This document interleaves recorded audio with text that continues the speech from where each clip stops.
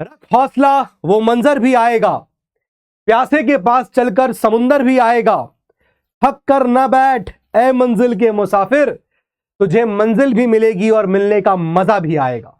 तो क्या हालचाल बच्चों, आज हम लोग ज्योग्राफी का चैप्टर नंबर 2 डिस्कस करेंगे, यानी कि जो बात कर रहा है forest and wild life resources के ऊपर।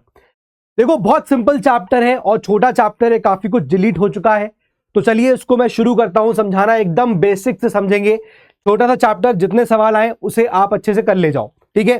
देखो पहली चीज है कि माहौल समझो। माहौल इस चैप्टर का कुछ ऐसा है कि ये जो प्लैनेट पे हम लोग रहते हैं ना, इस प्लैनेट पे हम देखते हैं कि बहुत सारे ऑर्गेनिजम्स हमें देखने को मिलते हैं, है ना। बहुत सारे ऐसे लिविंग बींग्स हैं जो इस प्लैनेट पे रहते हैं। अब आप चाहे छोटा सा एक माइक्रो ऑर्गेनिज्म देख लो, जैसे एग्जाम्पल के रूप में हम कोई भी एक ऑर्गेनिज्म देख लें, फॉर एग्जाम्पल कोई वायरस देख लें, कोई बैक्टीरिया देख लें, तो कोई बैक्टीरिया कोई वायरस आपका छोटा सा छोटा एक माइक्रो ऑर्गेनिज्म हो गया, राइट। और आप या तो कोई बड़ा सा कोई लिविंग बींग देख लो, एलिफेंट हो गया, ब्लू व्हेल तक हो गया, है ना। आप या तो बैनियन ट्री को देख लो या लिचन्स को देख लो। तो इस पूरे प्लैनेट पे हम ये समझ रहे हैं कि बहुत सारी चीजें जो है इस प्लैनेट पे एग्जिस्ट करती हैं, जो लिविंग बींग्स हैं, और उनकी बहुत वैरायटी हैं। तो ऐसा भी नहीं कोई एक वैरायटी हो, पेड़ के देख लो बहुत सारे वैरायटी हैं, आप माइक्रो ऑर्गेनिजम्स के देखोगे तो बहुत सारे वैरायटी होंगे। आप लिविंग बींग्स जैसे आप फॉर एग्जांपल फिश की वैरायटी एक लिखी है ब्लू व्हेल, लेकिन जाने कितने प्रकार की मिलेंगी, है ना। सिमिलरली एनिमल्स में जाने कितने प्रकार के एनिमल्स मिलेंगे। तो माहौल यह है इस चैप्टर का कि बहुत सारे आपको स्पीशीज मिलेंगे। वो स्पीशीज ऐसे होंगे जो या तो प्लांट्स होंगे या वो एनिमल्स होंगे, और वो इस अर्थ पे एग्जिस्ट कर रहे हैं, ठीक है। तो ये जो आप पूरा जो प्लैनेट देख रहे हो, जहां पर ये प्लांट्स और एनिमल्स एग्जिस्ट कर रहे हैं, इसको हम पूरा कह सकते हैं कि ये पूरा हैबिटेट है, ये पूरा एक तरह का घर है जहां पर प्लांट्स भी हैं, एनिमल्स भी हैं, ह्यूमन बीइंग्स भी हैं, ठीक है। तो ये entire habitat that we live in has immense biodiversity, है ना। और इसमें क्या है, बहुत प्रकार की डाइवर्सिटी है। देखो बायोडाइवर्सिटी वर्ड का मतलब क्या है, सिंपल डाइवर्सिटी समझते हो ना, कि बहुत सारी अलग अलग प्रकार की चीजें होना, डाइवर्स, और बायो मतलब लिविंग से हो गया। तो बहुत सारी जब अलग अलग प्रकार की लिविंग एंटिटीज, अब वो बायोडाइवर्सिटी में प्लांट्स भी हो सकता है, उस बायोडाइवर्सिटी में एनिमल्स भी हो सकता है। क्लियर हो गई बात ये। तो इतनी सी बात समझ में आ गई। माहौल इस चैप्टर का ये है कि ये चैप्टर बात कर रहा है बहुत सारे ऐसे लिविंग बींग्स की, जो कि एनिमल्स हो सकते हैं या प्लांट्स हो सकते हैं या माइक्रो ऑर्गेनिजम्स भी हो सकते हैं। अब देखो मैं आपको ना छोटी सी एक चीज पहले यहां पर बताता हूं, फिर उसके बाद हम आगे बढ़ेंगे, ठीक है। छोटी सी चीज देखिए, ये आप देखो कि ह्यूमन बींग्स हो गए, ठीक है। ये आप देखिए ह्यूमन बींग्स हो गए, यानी कि हम लोग हो गए, है ना। अब हमारा इंटरेक्शन प्लांट्स के साथ भी होता है। बहुत सारे प्लांट्स होते हैं जिनके साथ हम इंटरेक्ट करते हैं, मतलब इनफैक्ट बहुत सारे प्लांट्स ऐसे होते हैं जो हमारी मेडिसिन की तरह बन जाते हैं, है ना। हम तुलसी के प्लांट को एक अलग मेडिसिनल वैल्यू देते हैं, हम नीम के पेड़ को एक अलग मेडिसिनल वैल्यू देते हैं। हम एनिमल्स के साथ भी बहुत तरीके से इंटरेक्ट करते हैं, वो एनिमल्स हमको हमारा लाइवलीहुड प्रोवाइड करते हैं। कई सारे एनिमल्स हमको मिल्क देते हैं, बहुत सारे एनिमल की स्किन का इस्तेमाल किया जा रहा था, अलग तरीके से होता है ना। बहुत सारे एनिमल्स के अंदर कुछ ऐसे आपको केमिकल्स मिलेंगे जिससे दवाइयां बनने लगती हैं। तो बहुत कुछ होता है। तो ह्यूमन बींग्स प्लांट से भी इंटरेक्ट कर रहे हैं, ह्यूमन बींग्स एनिमल्स के साथ भी इंटरेक्ट करते हैं, और ह्यूमन बींग्स आप देखोगे तो माइक्रो ऑर्गेनिजम्स, छोटे छोटे जो माइक्रो ऑर्गेनिजम्स हैं, हम उनके साथ भी यहां पर क्या करते हैं, इंटरेक्ट कर रहे होते हैं, है ना। जैसे फॉर एग्जांपल हम बात करें, आप देखो हमारे खाने में क्या होता है, फंगी लग जाता है, फफूंद लग जाती है, तो माइक्रो ऑर्गेनिजम्स होते हैं। तो ह्यूमन का इंटरेक्शन इन सबके साथ चल रहा होता है, और जब ह्यूमन इन सबके साथ इंटरेक्ट करते हैं हम लोग, तो बेसिकली हम ये कह सकते हैं कि हाँ, ये सारी चीजें कहीं ना कहीं ह्यूमंस की लाइफ को भी इंपैक्ट करती हैं। यानी कि ह्यूमन की लाइफ प्लांट, एनिमल्स और माइक्रो ऑर्गेनिज्म से क्या होती है, इंपैक्ट यहां पर होती है। अब जैसे एक चीज और ले हम लोग, इन सब में जैसे ह्यूमन बींग्स है, ये सब में वी कैन सी कि फॉरेस्ट, अब फॉरेस्ट पे ह्यूमन बींग्स भी डिपेंडेंट होते हैं, है ना। बहुत सारी ट्राइब्स हैं जो फॉरेस्ट के अंदर रहती हैं, और उनका वो घर होता है, हैबिटेट होता है। बहुत सारे लोग पहले के टाइम पे थे जो फॉरेस्ट से, और आज भी फॉरेस्ट में जाते हैं कलेक्शन करने के लिए, किस चीज का, लकड़ी का, टिम्बर का, है ना। बहुत सारे फ्रूट्स कलेक्शन हो गया, राइट। बहुत सारी चीजें होती हैं जो फॉरेस्ट से इंसान को मिलता है। बहुत सारी चीजें एनिमल्स, उनके लिए, बहुत सारे एनिमल्स के लिए फॉरेस्ट एक तरह के घर हो जाते हैं, है ना। प्लांट्स की बात करेंगे तो आपको अलग अलग विभिन्न प्रकार की जो प्लांट्स की स्पीशीज है वो भी आपको फॉरेस्ट में मिलती है। तो बेसिकली क्या है कि फॉरेस्ट हो गया या फिर ये सब चीजें हैं, ह्यूमन का इंटरेक्शन इन सब से होता है। और एक बात समझ में आ रही है मोटे मोटे तौर पर कि भाई ये सभी चीज है ना, जो ये सभी लोग एक दूसरे के साथ यहां पर कनेक्टेड होते हैं, है ना, ये सभी चीज एक दूसरे के कनेक्टेड यहां पर होते हैं। मतलब कहीं ना कहीं कोई ना कोई किसी ना किसी को किसी ना किसी तरीके से इंपैक्ट कर रहा होता है, ठीक है। तो आई होप ये बात यहां समझ में आ गई होगी आपको। तो एक हम ये कह सकते हैं कि एक बहुत ही कॉम्प्लेक्स वेब है कि नहीं, ये कॉम्प्लेक्स स्ट्रक्चर है, ये कॉम्प्लेक्स वेब है, एक बहुत ही कॉम्प्लेक्स जाल है ना। फॉरेस्ट भी देखो डिपेंडेंट है। अब इंसान अगर जंगल काट देगा तो उसका इंपैक्ट सीधे आपको एनिमल्स पर देखने को मिल सकता है, क्योंकि बहुत सारे जानवर वहां पर रहते हैं। तो आप देखिए, आपको जरूरी नहीं है कि ह्यूमन एनिमल्स को डायरेक्टली इंपैक्ट करे, इनडायरेक्टली इंपैक्ट भी कर रहा है ना। अब जैसे बहुत सारे ऐसे बैक्टीरियाज है, अब कोविड-19 का वायरस है, अब उस कोविड-19 के वायरस से क्या हुआ, पूरी दुनिया में तहलका मच गया, है ना। तो कहीं ना कहीं आप देखो कैसे इंपैक्ट कर रहे हैं। तो ये पूरा जो आप देख रहे हो ना, this is nothing but a complex web structure. ये पूरा एक इकोसिस्टम है जहां पर human, plants, animals, micro organisms सब रहते हैं और सब लोग एक दूसरे के साथ इंटरेक्ट कर रहे होते हैं, डायरेक्टली या इनडायरेक्टली। इतनी बात समझ में आ गया। तो चैप्टर का थोड़ा माहौल समझ लो कि यार जब हम ये लोग प्लांट्स, एनिमल्स और उनको हम यूज करेंगे ना, तो क्या हो रहा है कि कभी कभी हम इनका यूज एक्सेसिव करने लग गए हैं, है ना, हम इनको एक्सप्लॉइट करने लग गए ह्यूमन बींग्स। और इसीलिए अब जरूरी हो गया है कि हम in plants, in animals, in forest, in micro organisms, इनको कहीं ना कहीं हम जाके क्या करें, प्रिजर्व करें, इनको कंजर्व करें, इनको बचाएं। क्यों? क्योंकि अगर ये एक बार खत्म हो गए तो आपको क्या लग रहा है कि ह्यूमन बींग्स का एग्जिस्टेंस पॉसिबल है? नहीं है, राइट? नहीं हो पाएगा पॉसिबल ना, क्योंकि आप ultimately what you are living on is, आप वेज खाते हो या नॉन वेज खाते हो, वॉट एवर इट इज, है ना। तो आपका कहीं ना कहीं लाइफ डिपेंडेंसी उस पर है। खाने को भी छोड़ दो तो उसके अलावा भी मान लीजिए जैसे आदमी जो है वो डोमेस्टिकेशन कर रहा है, फॉर एग्जांपल डोमेस्टिकेशन ऑफ काऊ कर रहा है, डोमेस्टिकेशन ऑफ बफलो कर रहा है, डोमेस्टिकेशन कर रहा है भेड़ बकरी का, तो उससे उनको मिल्क मिलता है, वो मिल्क वो मार्केट में बेचता है तो उसको पैसे मिलते हैं। अब ये चीज नहीं होगा तो इंसान वो काम नहीं कर पाएगा, यानी कि एक प्रकार का वो जो अभी काम वो कर रहा था वो उसके पास होगा नहीं ऑप्शन।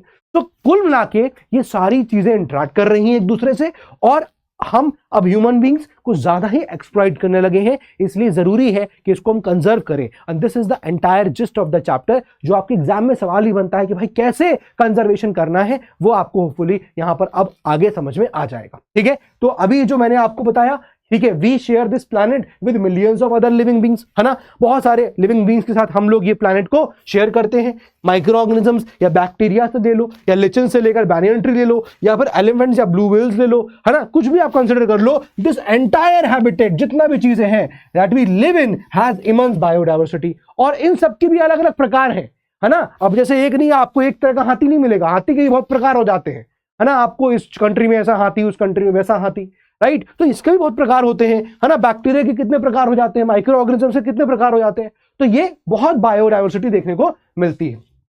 तो यहां पर मैंने यही चीज लिखी है, ये देखिए, ह्यूमंस का इंटरेक्शन प्लांट्स, एनिमल्स और माइक्रो ऑर्गेनिज्म साथ होता है। और इससे होगा क्या, इससे क्या होता है, इंपैक्ट करता है ना, impacts the air, water, soil around us. ये बहुत बड़ी बात है। अब मान लीजिए अगर आप प्लांट्स नहीं होंगे तो जो प्लांट सॉइल को बांध के रखते हैं, ट्रीज, वो नहीं होगा तो टॉप सॉइल निकल जाएगी, इरोजन हो जाएगा, है ना। तो कैसे देखो प्लांट्स इंपैक्ट कर रहे हैं। फिर उसके बाद आप देखिए एनिमल्स हैं। अब वो जो एनिमल का वेस्ट होता है ना, वो एक तरह से आपको it is used as a fodder, है ना। वो आपको ह्यूमस इंक्रीज करने के लिए, प्लांट की फर्टिलिटी एक तरह से खाद की तरह इस्तेमाल होने लग जाता है, फर्टिलाइजर की तरह यूज होने लग जाता है। तो ये इंपैक्ट करता है वाटर को, राइट, सॉइल को इंपैक्ट करता है। सिमिलरली आप वाटर का देखो, है ना, बहुत सारा ये एनिमल वेस्ट होता है, ह्यूमन वेस्ट होता है। अगर वो जब इंटरेक्ट करते हैं तो वो वेस्ट पानी के अंदर जाता है, तो पानी इंपैक्ट हो रहा है। उससे क्या हो रहा है कि पानी के अंदर जो लाइफ रह रही है, यानी कि जो जीव जंतु पानी में रह रहे होते हैं, वो भी यहाँ पर इंपैक्टेड होते हैं। तो यहाँ पर यही बात लिखी है। और साथ में फॉरेस्ट का इंटरेक्शन इन सबसे होता ही है, मैंने आपको बताया किस प्रकार से, ठीक है। सो वी ह्यूमंस, हम लोग जो हैं वो क्या, along with all living organisms, बाकी जितने भी लिविंग ऑर्गेनिजम्स हैं, ये सब के साथ फॉर्म अ कॉम्प्लेक्स वेब, एक बहुत ही कॉम्प्लेक्स स्ट्रक्चर बनता है, वेब होता है ऑफ इकोलॉजिकल सिस्टम, यानी कि पूरा इकोसिस्टम की तरह बिहेव करता है। सभी लोग हैं जहां पर in which we are only a part. हम तो खाली एक पार्ट है ना, हमारे अलावा पता नहीं कितनी सारी चीजें होती हैं, हमारे अलावा में कितनी सारी चीजें होती हैं। We are only a part and very much dependent, और हम लोग डिपेंडेंट हैं आज की डेट में on this ecosystem for our own existence. तो अब आप सोचिए, आज रात में आपने, आज सुबह या दोपहर में क्या खाना खाया था, है ना, और सोचिए कि वो क्या था, वो प्लांट्स था या कोई आप नॉनवेज जो भी खा रहे थे। आपको समझ में आ रहा होगा, आप चल रहे हो, कुछ भी हो, वो सॉइल में ही खेती हो रही है ना, वो सॉइल इंपैक्ट नहीं होना चाहिए, सॉइल खराब हो गया तो खेती उतनी अच्छी नहीं होगी। तो हर चीज एक दूसरे से यहाँ पर कनेक्टेड होती है, और ये चीज आपको बेसिक मैंने समझाने के लिए इतना आपको वक्त यहाँ पर दिया, ठीक है। अब बायोडाइवर्सिटी का मतलब क्या है? देखो वैसे तो ये अंग्रेजी डेफिनेशन यहाँ लिखी है, लेकिन बायोडाइवर्सिटी मतलब बायोलॉजिकल डाइवर्सिटी, यानी कि डाइवर्सिटी उन चीजों की जो बायोलॉजिकल है, यानी कि जिंदा वाले हैं। अब वो जिंदा वाले या तो जानवर हो सकते हैं या वो पेड़ पौधे हो सकते हैं। तो अगर वो पेड़ पौधे हुए उसको हम लोग फ्लोरा कहते हैं, अगर वो जानवर हुए तो उनको हम लोग, या फिर उनको वो एनिमल्स हुए तो वो हम फौना कहेंगे, ठीक है। तो व्हाट इज बायोडाइवर्सिटी या बायोलॉजिकल डाइवर्सिटी? ये it is immensely rich in wild life, यानी कि वाइल्ड लाइफ मतलब क्या हो गया, जो हम बात कर रहे हैं यहां पर फौना की, और कल्टिवेटेड स्पीशीज। आप कल्टीवेशन करते हो किसका? फ्लोरल स्पीशीज का आप कल्टीवेशन करोगे, है ना, आप फ्लोरल चीजों का कल्टीवेशन करोगे, राइट। प्लांट्स उगा रहे हो, डाइवर्स इन फॉर्म, और ये जो आपके फ्लोरा और फाना है ये बहुत डाइवर्स है फॉर्म्स में, अलग अलग प्रकार के हैं। एंड फंक्शन, और फंक्शन करते हैं but closely integrated in system. और आपको नहीं लग रहा कि हाँ ये क्लोजली इंटीग्रेटेड है, एक दूसरे के ऊपर डिपेंडेंट है? तो वो चीज यहाँ पर थोड़ी चीज लिखी गई है बायोडाइवर्सिटी को लेकर। तो biodiversity is immensely rich in wild life and uncultivated species, ठीक है। तो ये अपने आप भी आप समझ के लिख सकते हो कि बायोडाइवर्सिटी का मतलब आप ब्रेक करके लिख सकते हो, डाइवर्सिटी इन बायोलॉजिकल थिंग्स, यानी बायोलॉजिकल मतलब या तो वो प्लांट या फिर वो एनिमल्स, कुछ भी हो सकता है, ठीक है। और ये प्लांट्स एंड एनिमल्स एक दूसरे के साथ क्या होते हैं? इंटरकनेक्टेड यहां पर होते हैं। क्लियर हो गई था ये बात? क्लियर हो गई। चलिए अब फ्लोरा और फौना को समझते हैं। तो हमने क्योंकि इतना बेसिक समझ लिया तो अब ये बात बहुत क्लियरली इजीली समझ में आ जाएगी कि भाई ये फ्लोरा फौना, ये जो बायोडाइवर्सिटी में हम बात कर रहे हैं, है ना, सिंपल सी बात है कि इस बायोडाइवर्सिटी के अंदर क्या हो रहा है? बायोडाइवर्सिटी के अंदर हमको एक तो मिलेगा क्या? फ्लोरा, यानी कि प्लांट स्पीशीज, एक हमको मिलेगा क्या? फौना। अब इसमें जो फ्लोरा है उनकी भी कई सारी स्पीशीज है, यानी कि अब मैं स्पीशीज बोल रहा हूं तो मैं कह सकता हूं उनकी कई प्रकार की वैरायटीज है। तो स्पीशीज हो गया, या फिर इसकी जगह वर्ड यूज कर सकता हूं कि फ्लोरा में बहुत सारे वैरायटीज है। जैसे रोज, अब गुलाब है, व्हाइट भी होता है, ब्लैक भी होता है, येलो भी होता है, रेड भी होता है, पिंक भी होता है। तो कई प्रकार की रोज आपको देखने को मिल रहे हैं, ठीक है। फौना में आ जाइए, जैसे हम बात करेंगे एनिमल्स की, ठीक है, हम बात कर रहे हैं एनिमल्स की। फॉर एग्जाम्पल हमने बात करी, मान लीजिए यहां पर डॉग्स की। अब डॉग्स के भी कितने वैरायटीज होते हैं। तो बायोडाइवर्सिटी क्या हो गया कि भाई फ्लोरा और फौना ये तो है ही, और उनकी वैरायटीज। तो there are so many animals and plants which are unique, right. अब बहुत अलग अलग मिलेगा। और इनफैक्ट आप देखोगे तो इंडिया जो है वन ऑफ दोज कंट्रीज है जहां पर बहुत आपको बहुत बिगेस्ट नंबर में, बिग नंबर में you will find the diversities prevailing in India, है ना। बहुत सारी आपको डाइवर्सिटीज यहां पर मिलेंगी। One of the world's richest countries जहां पर आपको बहुत डाइवर्सिटी देखने को मिलने वाली है। क्लियर है? तो ये बात वही डाइवर्सिटी वाली फ्लोरा एंड फौना के ऊपर अप्लाई होती है। और ये फ्लोरा फौना इतने बढ़िया तरीके से इंटीग्रेटेड है, यानी कि कनेक्टेड है हमारी डेली लाइफ से, that we take these for granted. अब चूंकि ये हमारे इतने डेली लाइफ से इतने इंटीग्रेटेड है कि हम उसको बहुत ग्रांटेड लेते हैं। जैसे कि हम कहीं खड़े हुए हैं, अब पता चला किसी से बात कर रहे हैं और हम किसी के मैडम के बारे में सोच रहे हैं, पता चला वहीं खड़े खड़े पूरी गुलाब की पत्ती मोड़ डाली, पेड़ में घास को बैठे बैठे नोच डाला पूरा, है ना। होता है ना कि पेड़ में बैठे हुए हैं उदास, आज मैडम ने मना कर दिया कि आज नहीं मुलाकात करेंगे, आइसक्रीम खाने नहीं जाएंगे, तो बैठे हुए हैं घास पे, और घास से बैठे बैठे पार्क में वो पूरा ऐसे घास को नोच डाला गुस्से में। तो अब ये चीज़ है, मतलब हम क्या उसको ग्रांटेड ले रहे हैं ना। ये तो मैंने एक एग्जाम्पल दिया कि आप ऐसे ग्रांटेड ले रहे हो, लेकिन बहुत यहाँ पर चीज़ें हो रही है जो हम ग्रांटेड लेते हैं। एग्जाम्पल के तौर पे जैसे हम लोग क्या करते हैं, हम लोग जैसे आज की डेट में हम प्लांट स्पीशीज की बात करें, हम एनिमल स्पीशीज की बात करें, बहुत एक्सप्लॉइट कर रहे हैं इनको, यानी कि ओवर यूज कर रहे हैं, यही लिखा हुआ है। But they are under great stress, बहुत स्ट्रेस हो गया है इन फ्लोरा और फौना के ऊपर due to insensitivity to our environment. क्योंकि हम लोग एकदम इनसेंसिटिव हो गए हैं कि भाई इनको कोई नुकसान भी होता होगा, है ना। हमें लग रहा है अपना काम बनता, बाहर में जनता। तो बेसिकली काम वैसा हो गया है ना। तो ऐसा यहाँ पर चीज ना हो, उसको हमें कैसे कंजर्व करना है, ये बात यहाँ पर हमें देखनी है। तो देखो कंजर्वेशन ऑफ फॉरेस्ट की बात करते हैं। अब कंजर्वेशन हमें फॉरेस्ट एंड वाइल्ड लाइफ का करना है बेसिकली, ठीक है। अब जब मैं फॉरेस्ट की बात कर रहा हूँ मतलब पेड़ पौधों की बात कर रहा हूँ, वाइल्ड लाइफ की बात कर रहा हूँ तो जानवरों की बात कर रहा हूँ, ठीक है। अब इसमें दो यहाँ पर रीजन है जो आपकी किताब में है और यही एग्जाम में लिखना भी है। तो आपको क्यों करना है, सबसे सीधी बात, क्यों करना है भाई। देखो एक तो इकोलॉजिकल डाइवर्सिटी को बचाने के लिए, नंबर 1, ठीक है। दूसरा, जेनेटिक डाइवर्सिटी को बचाने के लिए। क्या मतलब है सर?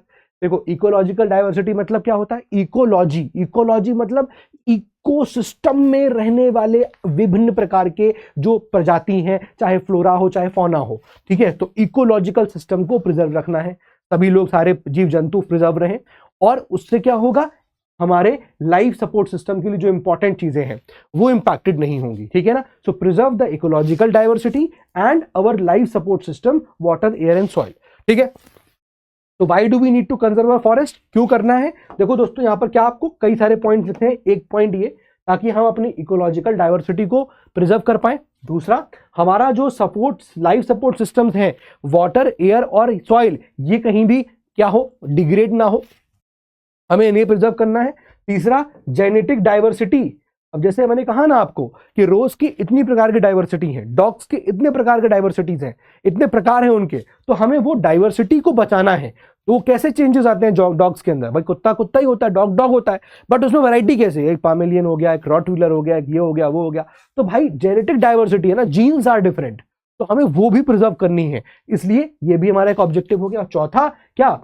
और better growth of species and breeding, ताकि बेटर ग्रोथ हो स्पीशीज की, ब्रीडिंग की, जो भी एनिमल्स है, प्लांट्स है, तो ये हमें इसलिए करना है। तो 4 पॉइंट दोस्तों याद रहेंगे आपको, ये 4 पॉइंट अच्छे से याद रहेंगे। Why we need to conserve forest and wildlife, कभी भी आ गया, ये 4 पॉइंट आप लिख सकते हैं आराम से। पहला, इकोलॉजिकल डाइवर्सिटी रखनी है। दूसरा, आपको जेनेटिक डाइवर्सिटी रखनी है। तीसरा, हमारा जो लाइफ सपोर्ट सिस्टम है, एयर, वाटर, सॉइल, उसको प्रिजर्व करना है, ताकि वो हम इंपैक्टेड ना हो उससे, कभी वो डिग्रेड होता है तो। और जो बाकी यहाँ पर बेटर ग्रोथ करनी है स्पीशीज और आपके ये ब्रीडिंग के लिए। क्लियर हो गया? ये बात इतनी सी सिंपल सी है, होपफुली आपको समझ में आ गई होगी, ठीक है। अब देखो, यहां पर आपको 3 चीजें हैं, गवर्नमेंट ने क्या क्या एफर्ट्स करे हैं इसको प्रिजर्व करने के लिए, बस यही दिया है। देखो, गवर्नमेंट ने क्या एफर्ट्स किए हैं, कैसे जो है इसे प्रिजर्व किया जाए, ये कंजर्वेशन ऑफ कैसे स्पीशीज किया जाए।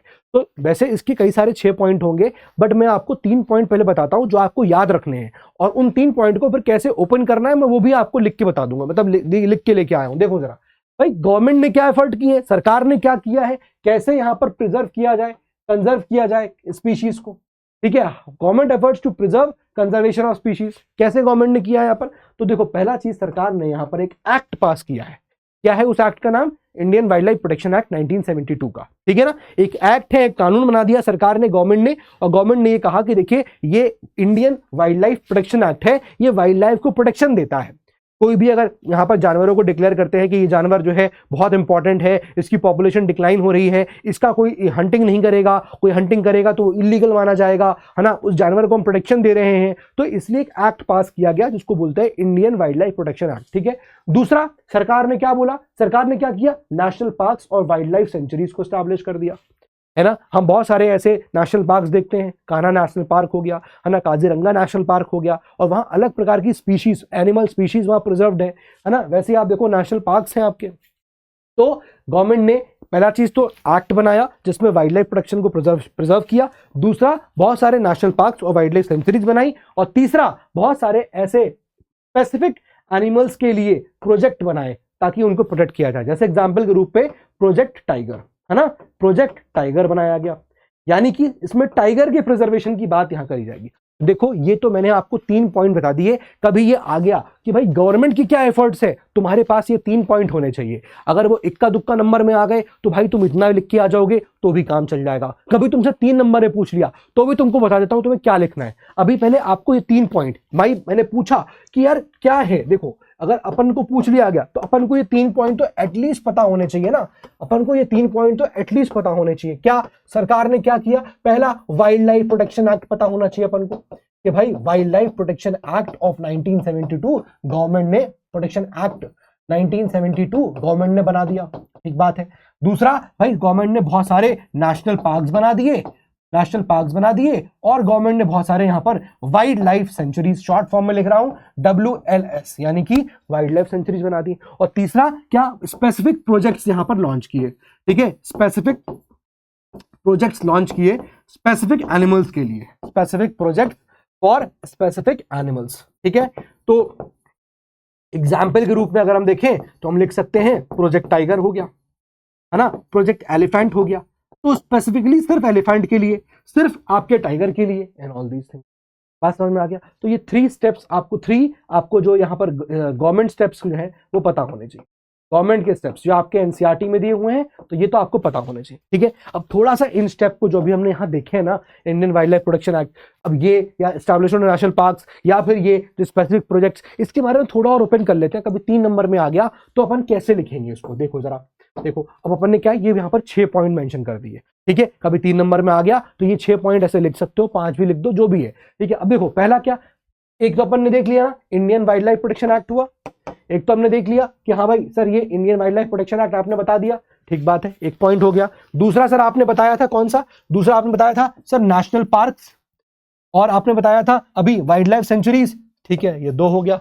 तीसरा सेंट्रल गवर्नमेंट ने अनाउंस किए हैं सेवरल प्रोजेक्ट्स, वो क्या, स्पेसिफिक एनिमल्स के लिए, जैसे कि एग्जाम्पल क्या हो गया, एग्जाम्पल टाइगर के लिए प्रोजेक्ट टाइगर चलाया गया। इसका मतलब इस पूरे 6 ऑप्शंस में से 6 जो स्टेटमेंट दे रखे हैं उसमें आपको ये वाला स्टेटमेंट मैंने इससे पहले बता दिया, कभी 1-1 नंबर में आ गया तो लिख देना। ठीक है, ये वाला और ये वाला। अब इनको बाकी बचे 3 क्या है, देखो बस माहौल बना है इसके लिए। कभी 3 नंबर ने पूछ लिया तब क्या करोगे, तो भाई पहले बताओ कि वाइल्ड लाइफ प्रोटेक्शन एक्ट आया कैसे, आया कैसे कि भाई 1960s और 1970s में ना बहुत जद्दोजहद करी गई कि भाई कंजर्वेशन करना है वाइल्ड लाइफ का, वाइल्ड लाइफ हमारी डिटोरेट हो रही है, पॉपुलेशन बहुत बुरी तरह गिर रही है ना, इतने सारे स्पीशीज थे उनकी वो मर रहे हैं। तो क्या किया 1960s और 1970s में कंजर्वेशनिस्ट जो थे, यानी कि कंजर्वेशनिस्ट कौन होते हैं, जो कंजर्वेशन की गुहार लगाते हैं, बचाओ बचाओ बचाओ इन जीव जंतु को, तो कंजर्वेशनिस्ट डिमांड किया कि हमारे पास एक national wildlife protection program होना चाहिए जो हमारे वाइल्ड लाइफ को प्रोटेक्ट करे। इसलिए सरकार ने फिर Indian wild life protection act यहां पर बनाया जो 1972 में इंप्लीमेंट हुआ, और इसका ऑब्जेक्टिव क्या था कि जो एनिमल्स हैं और उनके एनिमल्स जो है उनके हैबिटेट को आप प्रिजर्व करिए। भाई एनिमल्स तो अपने आप प्रिजर्व हो जाएंगे एक बार आप उनके हैबिटेट को बचा लेंगे तो। ठीक है, वैसे तो एनिमल का प्रोटेक्शन भी इंपॉर्टेंट है क्योंकि आजकल तो डायरेक्टली एनिमल्स को मारा जाता है। ठीक है, तो आप उनके हैबिटेट को बचाने के लिए वाइल्ड लाइफ प्रोटेक्शन एक्ट था। जरा देखिए यहां पर, Indian wild life protection act was implemented 1972 for protecting habitats. Habitat मतलब क्या हो गया, ये जानवरों के जो हाउस है, जो होम है, वो आप बचाइए। अब जैसे मान लीजिए फॉर एग्जाम्पल आपको शेर टाइगर है एक पर्टिकुलर एरिया में मिल रहा है, तो उस एरिया में आप प्रिजर्व करिए, उनका हैबिटेट बचाइए। अब देखिए कि वो कैसे जगह पर रह रहे हैं, है ना। अब जैसे अगर आप रिवर वाटर को इतना पॉल्यूट कर दोगे तो कैसे फिशेस रहेंगी अंदर, है ना, फिशेस मर जाएंगी। तो आपको लगता है हम ग्रांटेड ले रहे हैं ना, ठीक है, हम जाते हैं, हमने देखा, हम बीच में घूमने गए, वही हमने कुरकुरे का पैकेट खोल के डाल दिया समंदर के अंदर, वही हमने पन्नी जो है हम लाए थे अमरूद काट के पिकनिक मनाएंगे, वही हमने छोड़ दिया, है ना। हम पिकनिक जाते हैं पापा मम्मी के साथ, हम वहीं पर क्या करते हैं, हमने सामान समोसे निकाले, समोसे खा लिए और वहीं पर हमने कचरा छोड़ दिया। तो पन्नी over the period of time क्या होगा, वो खत्म तो होती नहीं है, वो कहीं ना कहीं सॉइल को डिग्रेड करती रहेगी। ये सब चीजें हो रही हैं, ठीक है, और यही लिखा हुआ है। अब इस वाइल्ड लाइफ प्रोटेक्शन एक्ट में क्या किया हमने, देखिएगा एक लिस्ट यहां जारी बना दी, एक ऑल इंडिया लिस्ट यहां बनाई ऑफ प्रोटेक्टेड स्पीशीज, कि भैया कौन कौन से वो एनिमल्स हैं, कौन कौन सी वो स्पीशीज हैं, उसको जिसको हम लोग क्या करेंगे, प्रिजर्व करेंगे। तो लोगों को बता दिया, आंख उठा के मत देख लेना टाइगर की तरफ, टाइगर जिंदा है और टाइगर की तरफ आंख निकाल के देख, अगर देखा तो तुम्हारी आंखें निकाल के गोटियां खेलेंगे उससे हम कंचे, समझ रहे हो। तो ऑल इंडिया लिस्ट यहां पर जारी कर दी सरकार ने। गवर्नमेंट ने कहा कि प्रोटेक्टेड स्पीशीज है ये, तू मत लेना इन लोगों को, तो ये पब्लिश करी गई ताकि सबको पता चल जाए, कोई ऐसा ना हो कि बाद में बोले कि हमें पता ही नहीं था। ठीक है, क्या ऑब्जेक्टिव था इसका, protecting population of certain endangered species, ऐसे स्पीशीज जिनकी पॉपुलेशन एंडेंजर्ड है, अगर उनका ख्याल नहीं रखा गया तो वो ऑलरेडी इतने क्रिटिकल स्टेज पे हैं कि अगर उनका ख्याल नहीं रखोगे तो उनकी पॉपुलेशन खत्म हो जाएगी। तो वो एंडेंजर्ड स्पीशीज कैसे बचाओगे, आप बैन करोगे, क्या, हंटिंग मत करिए। आप क्या कहोगे, giving up legal protection to their habitats, आप उनके हैबिटेट्स को लीगल प्रोटेक्शन दीजिए। कैसे, आपको पता है यहां पर बहुत सारे जानवर रहते हैं, आपने वाइल्ड लाइफ सेंचुरी डिक्लेयर कर दिया उसको कि this is the new wild life sanctuary, आपने डिक्लेयर कर दिया ये भाई यहां पर शेर बहुत, ये आपका टाइगर रिजर्व हो गया, ये आपका नेशनल पार्क हो गया, यू डिक्लेयर दिस। और जब ये डिक्लेयर करते हो तो यही है क्या, giving legal protection to their habitats, आप जहां वो रह रहे हैं उसको आपने लीगल प्रोटेक्शन दे दिया। कैसे, बाय डिक्लेयरिंग कि ये एरिया वाइल्ड लाइफ सेंचुरी है, ठीक है, and restricting trade in wild life. भाई आप पता चला हाथी का जो टस्क वो होता है ना, टस्क, उसमें आइवरी होता है, अब वो आइवरी को आप हाथी को आप उसके टस्क को निकाल के आप पता चला बेच रहे हो, आप चीता को मार मार के बोलो उनकी खाल को आप बेच रहे हो, लेदर का बैग बढ़िया एकदम ले गए, इंसान चल रहा है, कहाँ लेदर का बैग है, कहाँ से आया, चीता को मारा था। भाई चीता का जिंदा होता है, चीता भी पीता है, फिर मारता है, इतना जबरदस्त समझ में आ जाता कि जानवरों की इस तरह की खाल का यहाँ पर आप इस्तेमाल कर रहे हो, राइट। तो ये 6 पॉइंट यहाँ पर मैंने आपको डिस्कस कर दिया। तो अपन ने देखा यहाँ पर क्या भाई, इसका एक छोटा वर्जन, ठीक है ना, छोटा वर्जन कभी आ गया तो अपन को दिमाग में ये 3 चीज तो क्लियर होनी चाहिए, इसी को फिर अपन क्या कर सकते हैं, एक्सपैंड कर सकते हैं, ठीक है। तो अपन ने यहां से ऐसे लिख लिया, नोट कर लिया, इसी को अपन ने एक्सपैंड कर दिया, ये हो गई एक चीज। अब यहां से देखिए कि now the conservation projects are focusing on biodiversity rather than on a few of its components. अब ऐसा नहीं है कि आजकल के जो कंजर्वेशन प्रोजेक्ट्स हैं वो सिर्फ एक आध चीज पर ध्यान नहीं देते हैं कि अच्छा टाइगर तो चलो एक ही चीज पर ध्यान दे दिया, या कोई कंजर्वेशन स्टेटस चीज है तो एक कंपोनेंट पे ध्यान दिया। अब वो ऐसा होल ध्यान दिया जाता है कि अगर हम एक चीज को ऐसा रोक रहे हैं, मान लो हम फॉर एग्जांपल एक जगह को हम नेशनल पार्क डिक्लेयर कर दिया, हमने एक जगह वाइल्ड लाइफ सेंचुरी बना दी, ठीक है, तो अब क्या होगा, जैसे हमने किसी एक फॉरेस्ट को डिक्लेयर कर दिया ये भाई ये रिजर्व फॉरेस्ट है, ये प्रोटेक्टेड फॉरेस्ट है, तो ऐसा नहीं कि सिर्फ एक स्पीशीज को फायदा हो रहा होगा, अब उसमें रहने वाले जितने भी स्पीशीज होंगे, चाहे प्लांट हो चाहे एनिमल हो, सबको फायदा मिलेगा।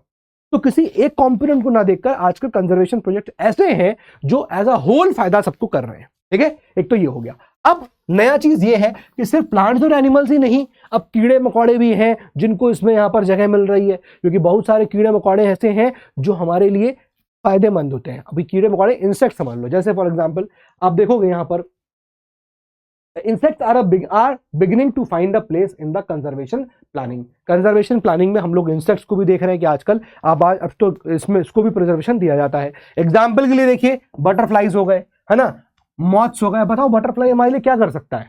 देखो बहुत सारे ऐसे यहां पर जो आप देख रहे हो इंसेक्ट्स, ये हमारे इंडिकेटर स्पीशीज होते हैं। ये अभी आप कॉन्सेप्ट नहीं समझ पाओगे, ये आप कॉन्सेप्ट नहीं समझ पाओगे, आपकी किताब में नहीं है, लेकिन इंडिकेटर स्पीशीज में आसान भाषा में बता देता हूं।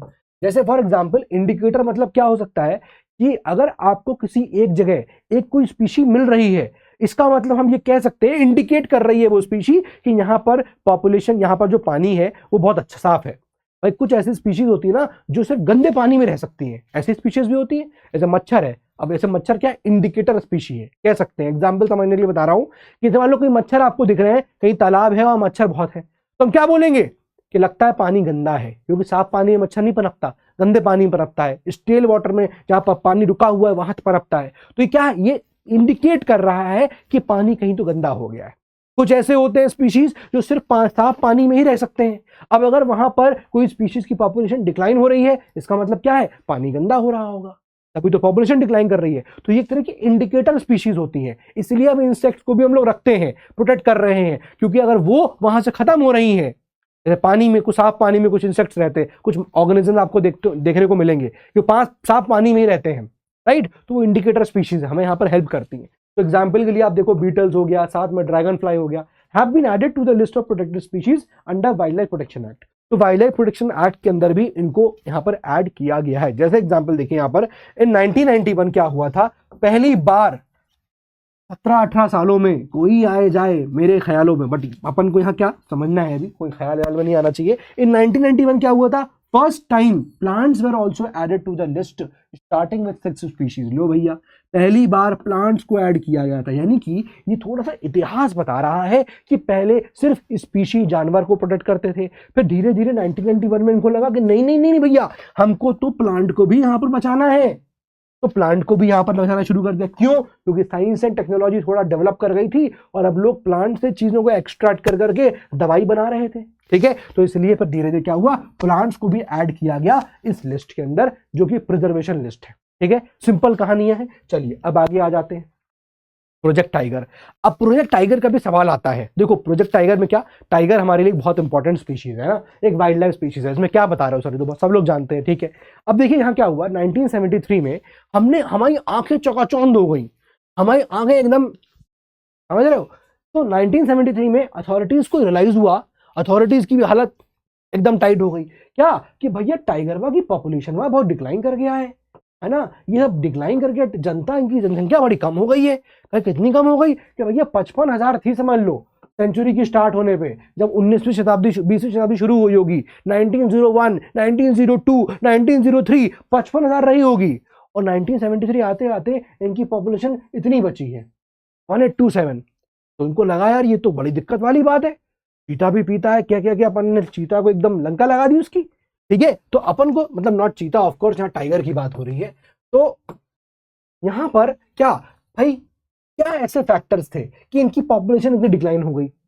What were the major threats?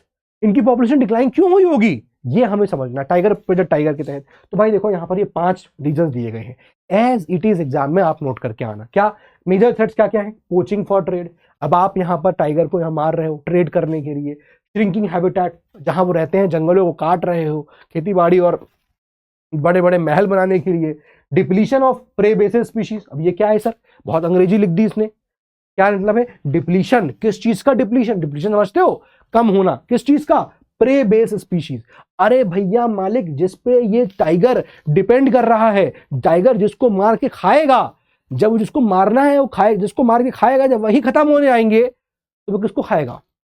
फिर अपने आप ही चल बसने लगेगा। तो बेसिकली वो प्रे बेस जिस पे टाइगर अटैक करता है और टाइगर उसे खाता है, अगर वो प्रे बेस ही खत्म हो जाएगा तो फिर क्या होगा? कुछ नहीं हो सकता। देन पॉपुलेशन ह्यूमन की ग्रो हो रही है, ह्यूमंस को अपना चाहिए हिसाब किताब, खेत भी चाहिए, बंगला भी चाहिए। And then trade of tiger skins, tiger की स्किन्स का ट्रेड हो रहा है।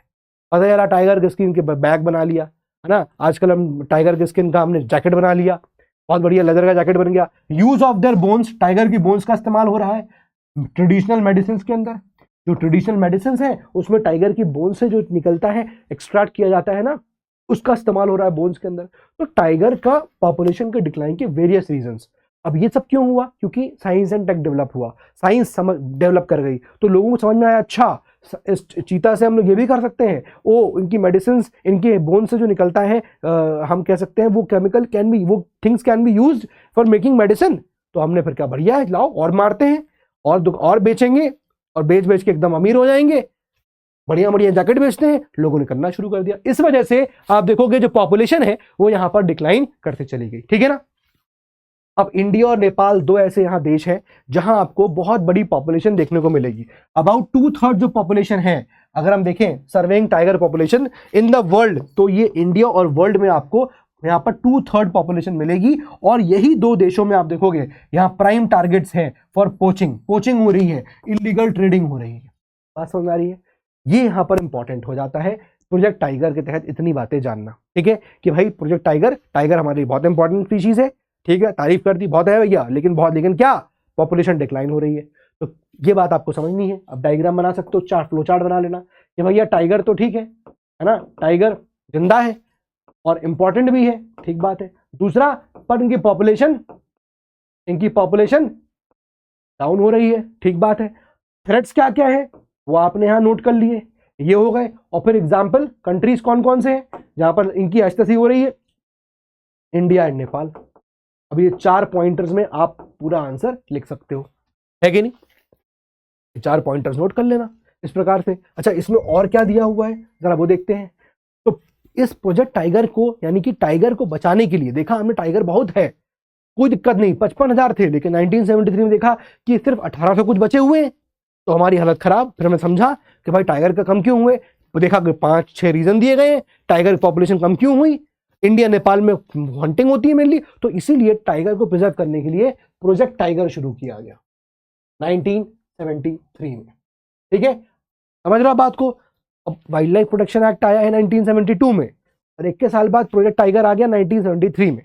और इसके तहत यहां पर कई सारे टाइगर रिजर्व्स बनाए गए, जहां पर टाइगर को के रहने का एक तरह से डिक्लेयर किया, लीगल प्रोटेक्शन दिया उस एरिया को कि भैया ये टाइगर रिजर्व है, यहाँ टाइगर्स हैं। टाइगर को एक मतलब एक खुला बड़ा जगह चाहिए होता है, वो इंडिपेंडेंटली और विदाउट एनी रिस्क घूम पाए, है ना। पर हम क्या करते हैं, हम जाते हैं Jim Corbett national park tiger देखने के लिए, है ना, हम इंजॉयमेंट ढूंढते हैं उसमें अपना। ठीक है, तो देखो क्या किया, कॉर्बेट नेशनल पार्क एक टाइगर रिजर्व है, सुंदरबन नेशनल पार्क एक टाइगर रिजर्व हो गया, ठीक है, वेस्ट बंगाल में, बांधवगढ़ नेशनल पार्क हो गया मध्य प्रदेश में, ठीक है, सारिस्का वाइल्ड लाइफ सेंचुरी हो गया राजस्थान में, देन मानस टाइगर रिजर्व हो गया आपका आसाम में, देन पेरियार टाइगर रिजर्व हो गया आपका केरल में। तो ये दोस्तों आपका फैक्चुअल है जो आपको एज इट इज यहाँ पर याद होना चाहिए, इसमें कुछ आप कर नहीं सकते, पूरा फैक्ट एंड फैक्ट है। ठीक है, तो एक तो ये चीज हो गई। चलिए आगे देखते हैं। अब जरा देखो यहाँ पर क्या क्या चीजें बचती हैं। अब जरा देखो हमारे एनसीईआरटी के हिसाब से क्या बचता है यहाँ पर। ठीक है, ये सब बता दिया मैंने, ये बता दिया मैंने आपको।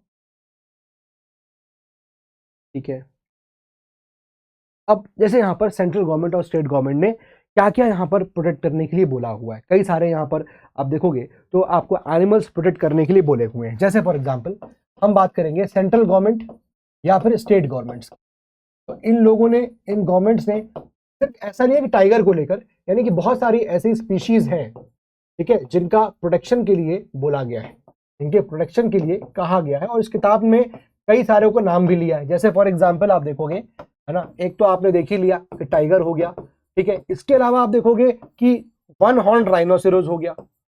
वन हॉर्न जो आपका राइनोसेरोज है उसको भी बोला हुआ है कि भैया इसको भी हमें प्रिजर्व करना है, ठीक है। इसके अलावा देखोगे आप कि there is something called as Kashmir stag, Kashmir का स्टैग जो हो गया, ठीक है, कश्मीर स्टैग, जिसको हम लोग क्या बोलते हैं, it is called as hangul. क्या बोलेंगे इसको, हंगुल बोलेंगे, ठीक है, हंगुल बोलेंगे, राइट।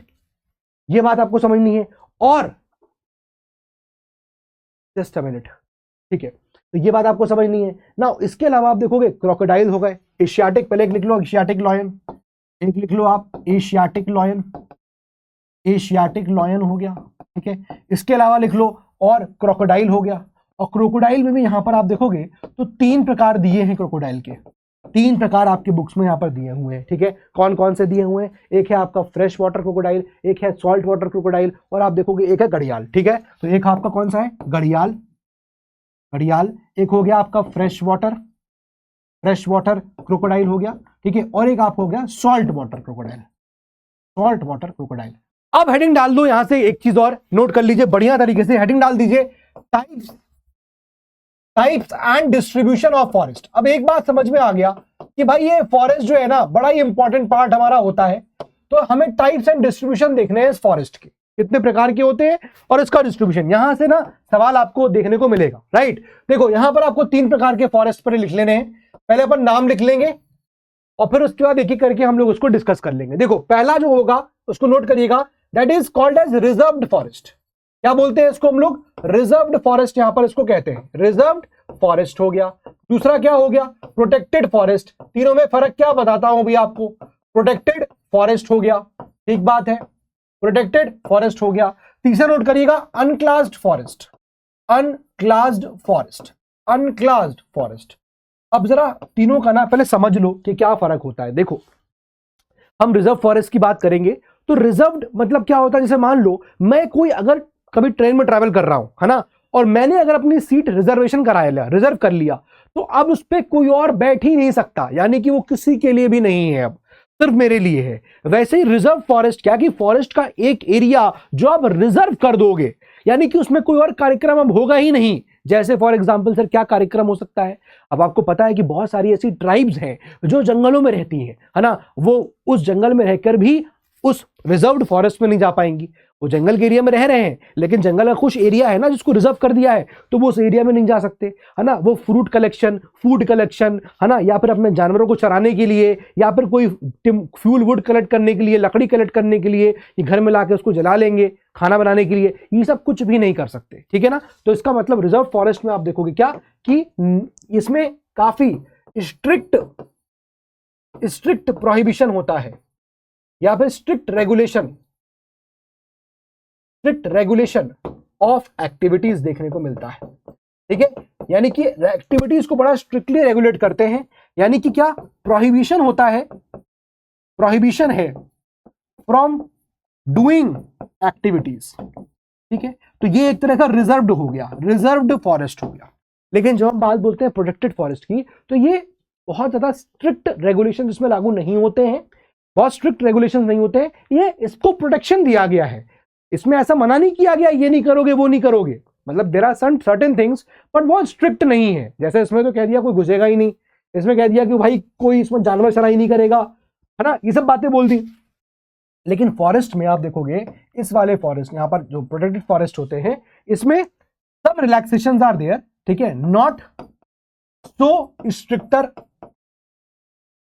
सो स्ट्रिक्टर रेगुलेशन, बहुत ज्यादा स्ट्रिक्ट रेगुलेशन नहीं होता है, not so much stricter regulation, certain activities. अब जैसे कौन सी एक्टिविटीज, सर्टेन एक्टिविटीज अलाउड, जैसे कौन कौन सी, हम कह सकते हैं कि एनिमल ग्रेजिंग है ना, या नॉट एनिमल, कैटल ग्रेजिंग, कि भैया कैटल्स जो है ये लोग भेज देते हैं जानवरों में, जाओ जंगलों में, मतलब लाइक जहां रह रहे हैं कि ठीक है बकरियां वकरियां चर के आ जाएंगी, ठीक है, आप क्या कलेक्ट करने को अलाउड है, collect what, fuel wood. Fuel wood क्या हो गया, लकड़ी, वो लकड़ी क्या करती है, फ्यूल का काम करती है आग जलाने में, ठीक है। इसके अलावा कलेक्टिंग व्हाट, कलेक्टिंग टिम्बर, है ना, कलेक्टिंग टिम्बर, ठीक है, ये सब काम जो है, या फिर collecting fruits, what ever it is, ये हो गया आपका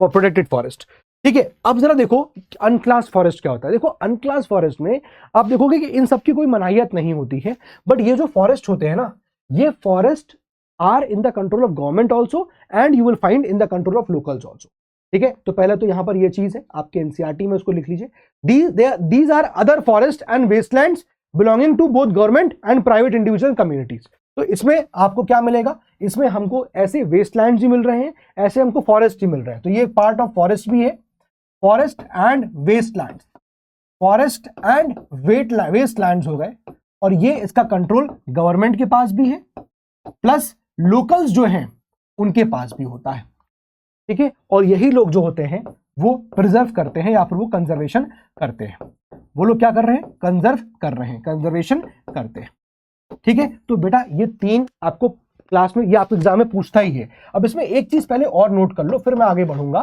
कि भाई इसको, यानी कि ऐसे समझ लो कि रिजर्व फॉरेस्ट और प्रोटेक्टेड फॉरेस्ट, इन दोनों को आप देखोगे तो क्या बोलते हैं, it is called as permanent forest estates, permanent forest estates कहा जाता है इसको, यानी कि प्रोटेक्टेड फॉरेस्ट एंड ये जो आपका रिजर्व फॉरेस्ट है, they are declared as permanent forest estates. और ये जो फॉरेस्ट एस्टेट्स होते हैं ना, इसको मेंटेन क्यों करते हैं, देखो यहां ऊपर मैं लिख रहा हूं, इधर लिख रहा हूं, यहां पर दो चीजें, तो मेंटेन क्यों कर रहे हैं, देखो पहला चीज तो ये मेंटेन किए जाते हैं, प्लीज नोट करिएगा, और टिम्बर मेंटेन करते हैं, इसको काहे के लिए, टिम्बर प्रोटेक्शन, टिम्बर को लेने के लिए, ऑल दीज थिंग्स, ठीक है। तो ये सब यहां पर होता है। दूसरा इसमें एक चीज ध्यान रखिएगा कि like states like Madhya Pradesh में आप देखोगे सबसे ज्यादा आपको नंबर मिलेगा permanent estate forest, permanent forest estates का। लगभग जो टोटल फॉरेस्ट एरिया का 75% जो एरिया है वो रिजर्व फॉरेस्ट है या वो प्रोटेक्टेड फॉरेस्ट है। आप देखिए कितना बड़ा एरिया मध्य प्रदेश का रिजर्व कर रखा है या फिर उसको प्रोटेक्शन दे रखा है, ठीक है ना। तो 75% मध्य प्रदेश का आप देखेंगे तो 75% ऑफ टोटल फॉरेस्ट एरिया, जितना भी फॉरेस्ट एरिया मध्य प्रदेश का है उसका 75%, 3/4 एरिया तो रिजर्व या प्रोटेक्टेड कर रखा है, ठीक है ना। ये बात समझ में आ गया, क्लियर है। अब इसके अलावा यहां पर और डेटा भी दे रखा है, जम्मू कश्मीर हो गया, आंध्रा हो गया, Uttarakhand, Kerala, Tamil Nadu, West Bengal, Maharashtra have large percentage of reserved forest. इन एरियाज में जो भी नाम लिए, जम्मू कश्मीर, महाराष्ट्र हो गया, ठीक है, आंध्रा हो गया, केरल हो गया, आप चाहो तो मेंशन कर सकते हो, ठीक है। जम्मू कश्मीर हो गया, ठीक है, आप देखोगे आंध्रा हो गया, ठीक है, आप देखो केरल हो गया, एटसेट्रा। ये इस जगह आप बहुत सारे रिजर्व फॉरेस्ट देखोगे, बहुत सारे रिजर्व फॉरेस्ट आप देखोगे, ठीक है। अब इसके अलावा देखो लिखा हुआ है बिहार, हरियाणा, पंजाब, हिमाचल, उड़ीसा, यहां पर बहुत सारे प्रोटेक्टेड फॉरेस्ट है। तो इधर आप यहां लिख सकते हो बिहार हो गया, और नाम क्या क्या दे रखे हैं नोट कर लीजिए, हरियाणा, पंजाब, ये सारे जो है ऊपर के, ठीक है ना। हरियाणा हो गया, ठीक है, फिर आपको पंजाब मिलेगा, ठीक है, फिर आपको हिमाचल प्रदेश मिलेगा, ये सारे हैं जहां पर आपको प्रोटेक्टेड फॉरेस्ट देखने को मिलेंगे। क्लियर हो गया, तो एक तो ये चीज नोट कर लीजिएगा, ठीक है। इसके अलावा हम देखेंगे कि जो जितने भी आपको नॉर्थ ईस्टर्न स्टेट्स मिलेंगे, ठीक है, जहां पर आपको पार्ट्स ऑफ गुजरात मिलेगा, वहां हाई परसेंटेज ऑफ अनक्लास्ड फॉरेस्ट मिलेगा। यानी कि अगर इसकी बात करेंगे तो नॉर्थ ईस्ट वाले स्टेट्स हैं, ईस्टर्न स्टेट्स और गुजरात, ठीक है ना। तो नॉर्थ ईस्टर्न स्टेट्स हो गए, ठीक है, और गुजरात हो गया, ये आपका क्या हो गया, जहां पर अनक्लास फॉरेस्ट जो है वो मिल रहा है, ये वो एरिया हो गया, ठीक है, जहां पर आपको अनक्लास फॉरेस्ट। तो सबके एग्जाम्पल भी आप यहां पर मेंशन कर सकते हो। एग्जाम में ये अगर आ गया टाइप्स एंड डिस्ट्रीब्यूशन, तो आपको अच्छे से पता होना चाहिए। 3 प्रकार हैं, तीनों के मैंने आपको मीनिंग बता दिए क्या क्या होते हैं। ये इसमें कोई भी एक्टिविटी नहीं होगी, फुल्ली रिस्ट्रिक्टेड है, कुछ सर्टेन चीजें है ना, यहां पर कुछ रिस्ट्रिक्शंस कम है, आप ये सब काम जो है, सर्टेन एक्टिविटीज अलाउड है, ये सब काम कर सकते हो। और अनक्लास में फॉरेस्ट और जो वेस्टलैंड्स का एरिया होता है, ये अनक्लास जो गवर्नमेंट और लोकल कंजर्वेशन करते हैं, इसमें सबके एरियाज दे रखे हैं, कौन कौन सा कहाँ कहाँ मिलता है। जैसे आपको मध्य प्रदेश में यहाँ मिलेगा, इसमें और नाम भी आते हैं, ऐसा नहीं है कि परमानेंट एस्टेट्स में इतना ही आएगा। जैसे फॉर एग्जाम्पल यहाँ पर आप देखोगे तो मध्य प्रदेश हो गया और परमानेंट, यही एक ही नाम आया हुआ है, ठीक है ना।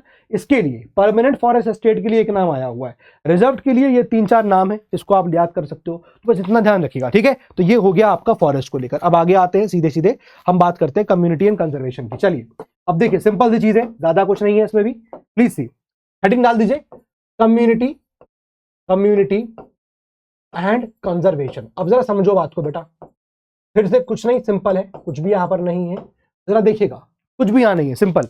क्या कि बहुत सारे ऐसी जगह होती हैं जहां सरकारें कोशिश करती हैं, गवर्नमेंट क्या कर रही है, गवर्नमेंट्स आर ट्राइंग, सरकारें क्या करती हैं, कोशिश करती हैं प्रिजर्व करने की। गवर्नमेंट्स क्या कर रही हैं, प्रिजर्व करने की क्या करती है, कोशिश करती हैं।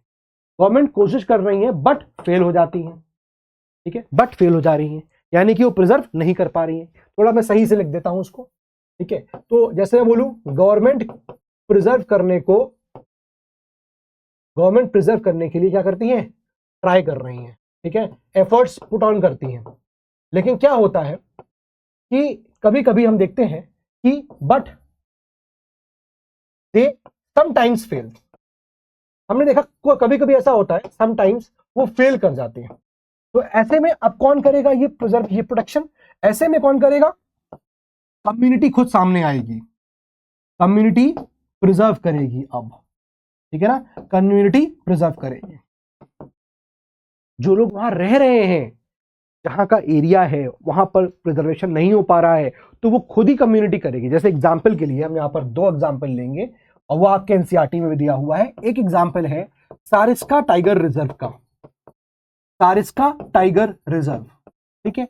अब ये जो टाइगर रिजर्व है ना बेटा, यहां पर आप देखोगे इसके पास में माइनिंग बहुत होती है। तो अब सरकार इसका कुछ कर ही नहीं रही है कि भैया टाइगर रिजर्व है वहां पर ना करें माइनिंग, हम लोग नहीं कर रही है। तो अल्टीमेटली आप देखोगे कि कम्युनिटी को उतरना पड़ा, ठीक है ना, community is fighting, community is fighting, और कम्युनिटी को बताना पड़ा कि भैया there is something called as wildlife protection act. आप ही ने बनाया है, सरकार को खुद ही याद दिला रहे हैं कम्युनिटी वाले कि there is something called as wildlife protection act, और आप खुद ही वाइल्ड लाइफ प्रोटेक्शन एक्ट को मान ही नहीं रहे हो। तो ये सारिस्का टाइगर रिजर्व के अराउंड जो कम्युनिटी रहती है ना, वो खुद बता रही है कि माइनिंग इज समथिंग जिसकी वजह से प्रॉब्लम हो रही है, पास में टाइगर रिजर्व भी हैं, दिक्कतें हो रही हैं, इसको रोकिए। कम्युनिटी खुद फाइट कर रही है सरकार से और खुद ही याद दिला रही है कि there is something called as wildlife protection act. ऐसे ही आप देखोगे यहां पर राजस्थान में, राजस्थान का एक जगह अलवर, ठीक है, अलवर के जो कि राजस्थान में है, ठीक है, यहां के आप देखोगे तो 5 विलेजेस हैं, ठीक है। 5 विलेजेस के अराउंड आप देखो क्या होगा कि there is a 1200 hectare of land, एक 1200 हेक्टेयर की लैंड है, ठीक है, एक 1200 हेक्टेयर की लैंड है, ठीक है। हेक्टेयर लिख दिया, गाड़ी वाला हेक्टर लिख दिया, ऐसा कुछ स्पेलिंग है ना, देख लेना। मैं एक काम करता हूँ, बचने के लिए क्या करता हूँ, शॉर्ट में लिख देता हूँ HA, ठीक है, HA लिख देता हूँ।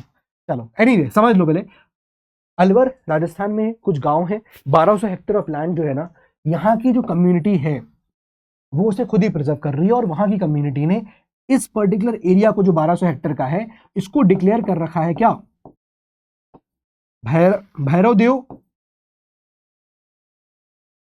आपके एनसीईआरटी में वर्ड आता है, लेट मी सी, भैरवदेव डाकव सोनचुरी, ये नाम दे रखा है। This is a area, forest area, जिसको डिक्लेयर यहां पर इस पर्टिकुलर एरिया का जो कंजर्वेशन है ना, वो यहां की कम्युनिटी खुद कर रही है। Community has given its own guidelines, खुद की गाइडलाइंस यहां पर कम्युनिटी ने दे रखी है।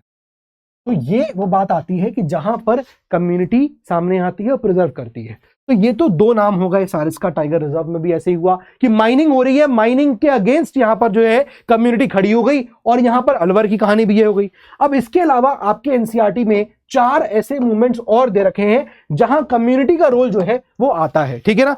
तो प्लीज एक बार उसको भी हम लोग देख लेते हैं कि यहां पर ऐसे कौन से और यहां पर मूवमेंट्स हैं। ऐसे कौन कौन से और मूवमेंट्स हैं, या फिर इसको लिख लीजिए कंजर्वेशन मूवमेंट्स। ऐसे कौन कौन से कंजर्वेशन मूवमेंट्स हैं। देखो इससे भी सवाल यहां बनता है, तो पहले अपन क्या नाम देख लेते हैं, उसके बाद इनके काम देखेंगे। तो पहला नाम देखिएगा चिपको मूवमेंट। चिपको मूवमेंट हो गया, ठीक बात है सर, बहुत बढ़िया। इसके अलावा एक लिखिएगा यहां पर आप दूसरा, प्लीज राइट, चिपको मूवमेंट के अलावा बीज बचाओ आंदोलन हो गया। बीज बचाओ आंदोलन हो गया, ठीक है, ये नोट करिएगा। फिर लिखिएगा आप एक और नाम यहां पर, इसको लिख लीजिए नवधान्य। नवधान्य, ठीक है। और फिर एक लास्ट लिखिएगा joint forest management. Joint forest management. ओ हो सर, इसके क्या मतलब है? अब जरा इसके आओ मतलब देख लेते हैं यहां पर एक एक करके। देखो चिपको मूवमेंट का मतलब सबको पता है यहां पर क्या हुआ था। सुंदरलाल बहुगुणे जो थे उनका ये मूवमेंट था, जिसमें उत्तराखंड में हुआ था। क्या कर रहे थे कि भाई सरकार पेड़ काट रही थी, तो यहां पर कम्युनिटी सामने आई और कम्युनिटी पेड़ से चिपक गई कि हम पेड़ नहीं कटने देंगे। ये मूवमेंट था चिपको मूवमेंट, जो एक्चुअली हुआ था कि जो लेडीज थी वो पेड़ से चिपक गई थी कि हम पेड़ नहीं कटने देंगे, ठीक है ना। तो इसको मेंशन कर लो भाई, यहां पर चिपको मूवमेंट, उसको मेंशन कर लीजिए भाई। ये मूवमेंट आपका सुंदरलाल बहुगुणे का मूवमेंट है। ये नाम आपके एनसीईआरटी में नहीं आता है, लेकिन मैंने आपको लिख दिया, आप चाहो तो मत याद करना। बहुगुणे का मूवमेंट था, ठीक है। एक पॉइंट ये, इसमें क्या हो रहा है, community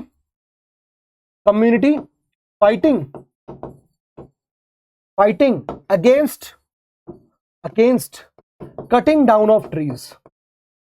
cutting down of trees, इसके खिलाफ जो है यहां पर आंदोलन हुआ था। इसको बोलते हैं चिपको मूवमेंट, ठीक है ना, इसको बोलते हैं चिपको मूवमेंट। तो यहां पर क्या चिपको मूवमेंट में हमने देखा कि ये हिमालयाज में हुआ, उत्तराखंड में हुआ। यहां ही सिर्फ ऐसा नहीं हुआ कि बेसिकली डिफॉरेस्टेशन करने से रोका गया, ठीक है। इसमें ऐसा नहीं हुआ कि डिफॉरेस्टेशन से रोका गया, नॉट ओनली स्टॉप्ड डिफॉरेस्टेशन। ऐसा नहीं है कि डिफॉरेस्टेशन को रोका गया, बट ऑल्सो क्या किया भाई, कम्युनिटी एफॉरेस्टेशन करने के लिए बोला कि भैया एक साथ सब लोग पेड़ उगाएंगे। तो ये बात भी यहां पर हो गई, ये भी क्या हो गया, कम्युनिटी का प्रिजर्वेशन हो गया। हम लोग यही देख रहे हैं ना कि भाई कैसे कम्युनिटी एंड कंजर्वेशन। कई जगह हमने कहा सरकार प्रिजर्व कर रही है लेकिन फेल कर जाती है, कभी कुछ गलत काम कर देती है, कभी सही तरीके से कंजर्व नहीं करती। वहां पर कम्युनिटी के कंजर्वेशन के लिए कम्युनिटी को खुद प्रिजर्व करने उतरना पड़ता है। हमने सारस्का टाइगर रिजर्व को देखा, हमने यहाँ पर अलवर का केस देखा, 2 ये हो गए। तीसरा हमने देखा चिपको मूवमेंट हो गया। अब बीज बचाओ आंदोलन में क्या है, देखो बीज बचाओ में क्या हो रहा है, जहां पर हम लोग क्या कर रहे हैं, we are using traditional seeds. बीज बचाओ, हम ट्रेडिशनल सीड्स का इस्तेमाल कर रहे हैं, हम कोई सिंथेटिक सीड्स का इस्तेमाल नहीं कर रहे हैं। हम यहां पर कोई सिंथेटिक सीड्स का इस्तेमाल नहीं कर रहे हैं। तो फार्मर्स और सिटीजन जो ग्रुप्स हैं, टेहरी में हुआ था ये, ठीक है, टेहरी का है। तो बेसिकली यहां पर जो फार्मर्स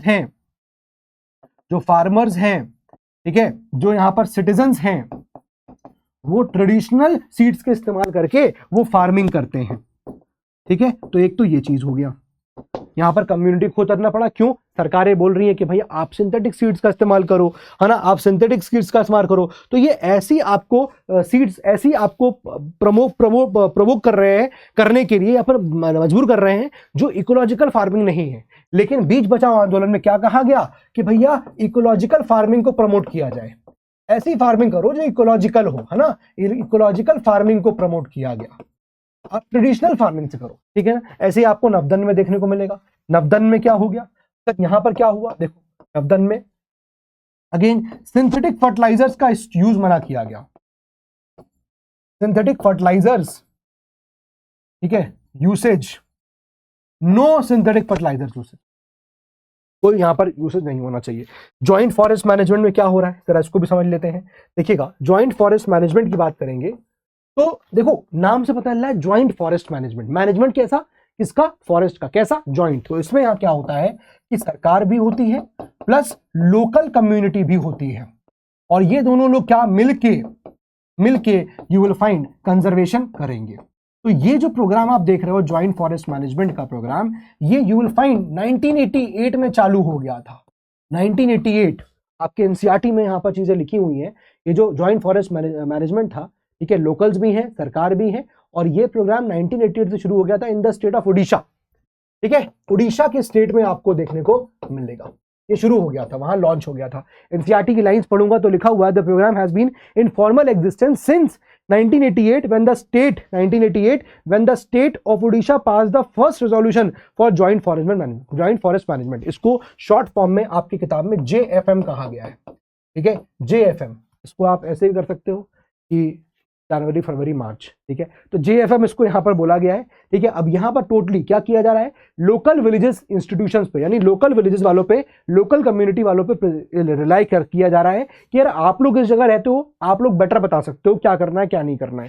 ठीक है, तो ये लोकल कम्युनिटी से यहां पर को यहां पर उसका सजेशन लेने के लिए कहा जाता है। ठीक है, और बदले में क्या होता है, बदले में क्या होता है कि ये लोगों को कुछ फायदे मिल जाते हैं, सरकार इनको कुछ फायदे देती है। ठीक है, तो एनसीईआरटी में लाइन लिखी है क्या कि JFM depends upon the formation of local village institutions that undertake protection activities. तो एक तरफ जहां ये लोग प्रोटेक्ट कर रहे हैं, सरकार उनको बोल रही है कि आप प्रोटेक्ट करो, बदले में क्या मिलेगा प्रोटेक्ट करने के, in return the members of these communities are entitled to intermediary benefits, जैसे like non timber forest produce and share in the timber harvested by successful protection. अगर आप सक्सेसफुली इस एरिया को प्रोटेक्ट कर रहे हो तो इन रिटर्न क्या मिलता है इन लोगों को, इन रिटर्न क्या मिलेगा भाई, जाहिर सी बात है कि भाई कुछ तो देंगी ना सरकार। तो सरकार क्या कह रही है, सरकार कह रही है कि हम क्या देंगे, लाइक हम आपको फॉरेस्ट प्रोड्यूस या शेयर दे देंगे, टिम्बर जो प्रोड्यूस हुआ है ना, शेयर इन टिम्बर मिल जाएगा। इतना लिख लो, काफी एग्जाम के लिए काफी है, शेयर इन टिम्बर।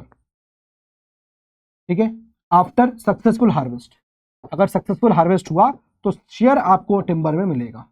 ठीक है, इतना ही लिख दोगे, काफी है, सब कुछ लिखने की जरूरत ऐसा नहीं है। बात समझ में आ गया। तो बेटा ये आपके सारे कंजर्वेशन मूवमेंट्स हैं जिसमें कम्युनिटी इन्वॉल्व है। ठीक है ना, इसमें आपका कम्युनिटी इन्वॉल्व है। आप देखो यहाँ पर, तो ये 6 बता दिए मैंने आपको, 6। अब आपको 6 में जो भी आए आप वहां पर एग्जाम में लिख के आ जाना। क्लियर है। अब इसमें एक और चीज बचती है लास्ट, और वो है अपना क्या, सेक्रेड ग्रूव्स। जरा उसको भी सुन लो और फिर आप लोग बाय बाय टाटा कर सकते हो। सेक्रेड ग्रूव्स, अब देखो नाम से पहले पता चलते हैं कि सेक्रेड ग्रूव्स क्या है। देखो सेक्रेड मतलब क्या होता है, कोई चीज रिलीजियस होना, है ना, सेक्रेड है भाई, है ना, कहते हैं ना भाई ये किताब धार्मिक किताब है, सेक्रेड हमारे लिए। तो क्या है कि पहले के टाइम में क्या होता था, जब इंसान जो है साइंस एंड टेक्नोलॉजी नहीं जानता था, आज भी इनफैक्ट ऐसा होता है कि कुछ लोग होते हैं जो नेचर को वर्शिप करते हैं, है ना, और ये जो प्लांट्स हैं ऐसे, ये जो ट्रीज हैं, फॉरेस्ट है, ये कुछ कुछ जगह नेचर ये माने जाते हैं भाई नेचर गॉड्स, नेचर के घर हैं ये, है ना भाई। हर चीज को ये कहा गया कि नेचर को प्रिजर्व करो, है ना, ये ऊपर वाले ने हमको दिया है, गॉड एंड गॉडेसेस के घर है ये। तो ये जो आपके सेक्रेड ग्रूव्स हैं, ठीक है, ये सीक्रेट बोले गए हैं, यानी कि ये आप ऐसे समझ लो कि ये जो फॉरेस्ट है ना, ये फॉरेस्ट, या ऐसा समझ लो कि इसको कहा गया कि नेचर, देखो एनसीईआरटी की लाइन क्या लिखी हुई है, nature worship is an old age tribal belief. Nature worship करना क्या है, नेचर वर्शिप क्या है, ये एक ओल्ड एज ट्राइबल बिलीफ है, यानी कि ट्राइबल सोसाइटीज जो है वो नेचर को वर्शिप करना मानती है। ठीक बात है। तो इसका मतलब ट्राइबल सोसाइटीज के लोग जो है, ट्राइबल बिलीफ जो है, इनके लिए वो क्या हो गया, एक इनके लिए कस्टम हो गया, है ना, ये उनके लिए उनका फेथ हो गया कि भाई ये लोग जो है, ट्राइबल वाले लोग, ये नेचर को वर्शिप करते हैं। अब यहां पर इसी नेचर की बात करेंगे तो भाई ये जो फॉरेस्ट है ना, ये भी तो नेचर हो गए, ये भी तो नेचर हो गए। और इन फॉरेस्ट को जो कि आज तक अनटच्ड है, और वहां पर आप देखोगे क्या कि वहां पर ट्राइबल्स रहते हैं या ट्राइबल्स उनको मानते हैं, तो इसीलिए ये फॉरेस्ट अनटच्ड, जिसको क्या बोलते हैं, they are referred to as sacred, they are referred to as sacred groves, they are referred to as कि यार दीज आर द हाउस या ये क्या है, ये घर हैं, house of God and goddesses. ठीक है, ये माना जाता है कि भाई भगवान ईश्वर इसमें रिसाइड कर रहे हैं, क्योंकि ये नेचुरल चीज है, नेचर ने हमको दिया है। लिखा हुआ है कि sacred grooves the forest of God and goddesses, है ना, तो forest not house, forest of God and goddesses इनको कहा गया।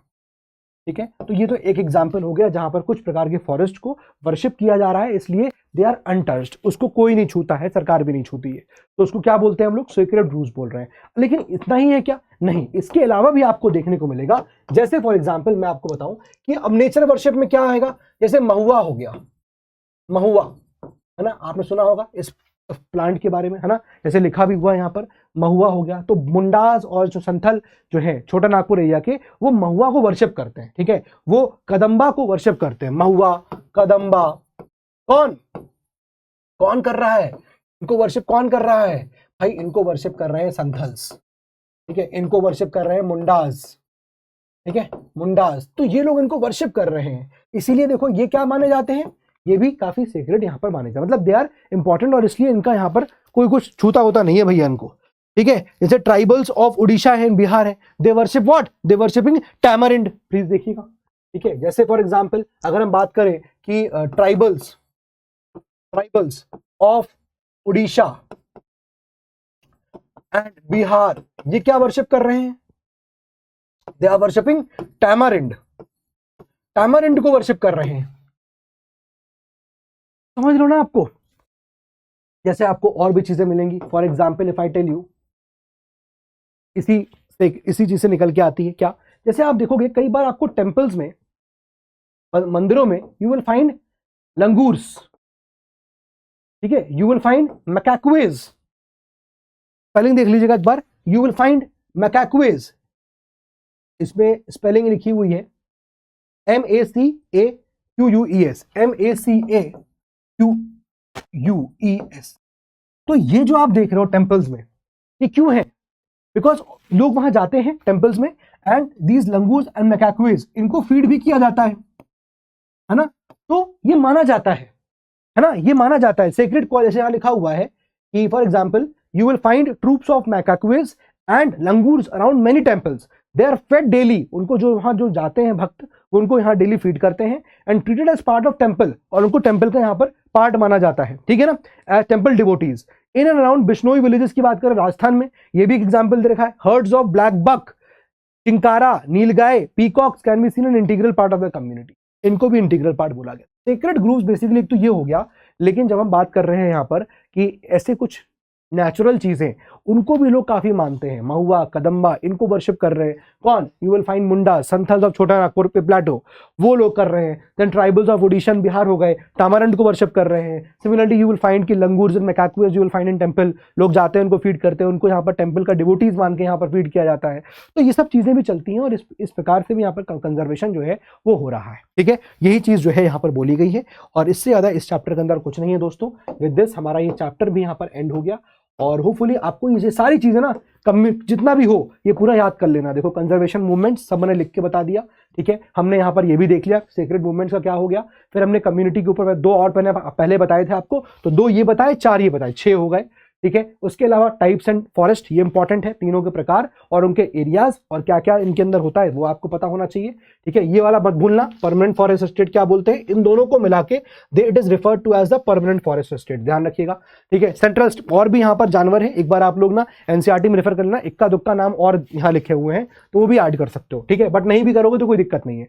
कुछ टाइगर रिजर्व्स के नाम, उनके स्टेट याद करने हैं, क्या मेजर थ्रेट्स है टाइगर की पॉपुलेशन को, यहाँ पर सिंपल हो गया, ठीक है। इसमें से कुछ नहीं है, समझने वाला था, माहौल बनाया था। गवर्नमेंट के एफर्ट्स क्या है वो आपको यहाँ पर देखिए 1, 2 एफर्ट्स और 3 एफर्ट्स, यानी कि ये वाले एफर्ट्स जो आपको पता होने चाहिए ये बता दिए मैंने आपको, इसके अलावा कुछ नहीं है। बाकी सब तो यहाँ पर why do we need to conserve, तो इकोलॉजिकल डाइवर्सिटी और जेनेटिक डाइवर्सिटी को बचाने के लिए, और ये सब कुछ खत्म हो गया, तो इसमें और कुछ नहीं है, चैप्टर इतना ही था, ठीक है। तो होपफुली आपको ये पूरा समझ में आ गया होगा, सिंपल छोटा चैप्टर है। तो that's all for today from my side. पढ़ाई करिए, मेहनत करिए, जय हिंद एंड जय भारत।